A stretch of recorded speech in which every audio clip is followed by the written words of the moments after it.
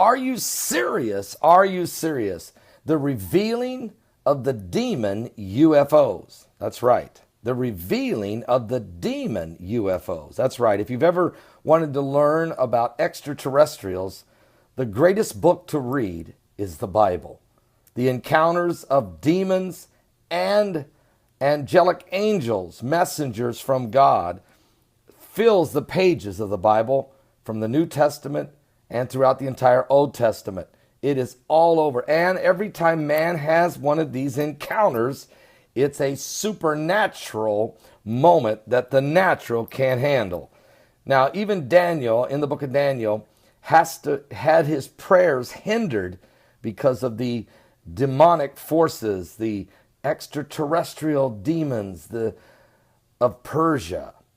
Now, that principality of Persia hasn't gone away. He didn't die because Daniel's dead. Matter of fact, he's operating right now more than ever in the kingdom of Iran. But first, understand what people are trying to understand. UFOs is something you when you say unidentified flying objects, people immediately think of all kinds of different things. But when you understand the spiritual world, remember, whatever is happening in the spiritual world manifests in the physical. Now, Daniel, in the 8th chapter of Daniel, had an encounter. It even says in verse 15, he says, and it came to pass that when I, Daniel, had seen the vision and sought for meaning, then behold, there stood before me an appearance of a man. And I heard a man's voice between the banks of Ulai, which called and said, Gabriel, make this man to understand the vision. So he came near where I stood, and when he came, I was afraid, and I fell upon my face. You see, whenever any of us have an encounter of an extraterrestrial being, whether it's a good angel from God or a demonic demon from Lucifer, the fallen ones, we in this mortal flesh, we're not equipped to deal with that. We operate in a different dimension.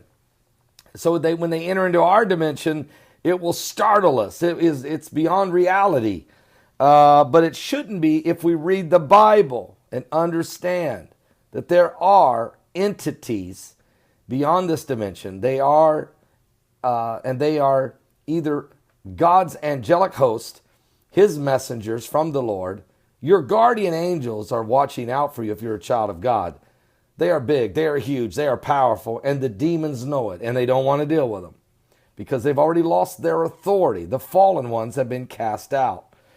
If you read the book of Genesis, you know that the fallen ones looked upon the daughters of men, saw that they were fair, and they bore them children. They took from men their daughters and bore children, men of great renown, giants in the land, filled with violence and evil. Well, these fallen ones are still operating today. Matter of fact, if you go with me right now to Daniel chapter 10, Daniel is in, it's the 3rd year of King Cyrus, the king of Persia. And Daniel is receiving different visions and spiritual revelations from the Lord because Daniel's a righteous man. God's speaking to him. And Daniel starts praying and is seeking God's face and is looking for an answer and hasn't received one from the Lord in 3 weeks. And the Bible says in Daniel chapter 10, verse 10, and behold, a hand touched me, which set me upon my knees. In other words, he was standing there, but when this hand touched him, he fell to his knees and upon the palms of my hands. So he fell on all fours. And he said unto me, O Daniel, a man greatly beloved, understand the words that I speak unto thee, and stand upright. For unto thee am I now sent. And when he had spoken this word unto me, I stood trembling. So Daniel's having an encounter with an extraterrestrial. But he realizes that this extraterrestrial is a messenger from God, an angel from the Lord. And he said unto me, fear not, Daniel, for from the first day that thou didst set thine heart to understand and to chasten thyself before thy God, thy words were heard, and I am come for thy words. but the prince of the kingdom of Persia, the Persian kingdom, the principality of hell, the fallen one, who's in charge of this entire nation and area of Iran, withstood me 21 days. For 3 weeks, this principality has held me back. But lo, Michael, one of the chief prince, came to help me, and I remained there with the kings of Persia. So this close encounter of a God kind, for sure, that Daniel's experiencing is an angel from God entering into our mortal dimension, our reality, if you will, and having a contact, touch, and a proclamation that God heard your prayers, but there's something going on in the spirit world that you can't see, and that is a struggle for power. And this angel is telling Daniel that God heard you 3 weeks ago, but he cannot answer you right now because the prince of Persia is holding position, and Michael is being sent in to defeat him. And I, an angel of God, am also here with you in Persia, but still we're in a battle. Now, verse 14 says, now I come to make thee understand what shall befall thy people in the latter days, for yet the vision is for many days.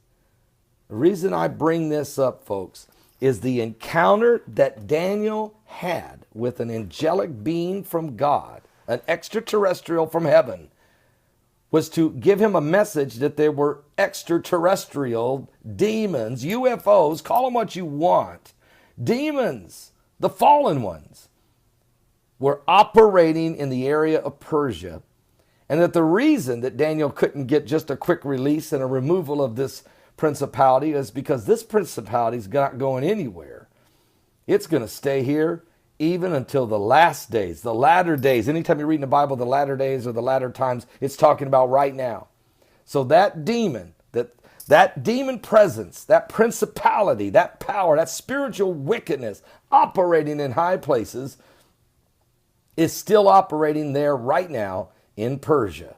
And so what you're watching, the confrontations between the Persians, the Iranians, and the Israelis, and the Middle East, and the fact that America's darting in and out of this thing, all of this has been in play since the days of Daniel. You're in the last days. You're in the days that the extraterrestrials will not only be manifesting in the heavens, but they will manifest here on earth as man will clash one with another, being led by the spirits of either the light, the love of God, or the spirit of darkness from hell itself. Give your life to Jesus Christ. We're living in the last days.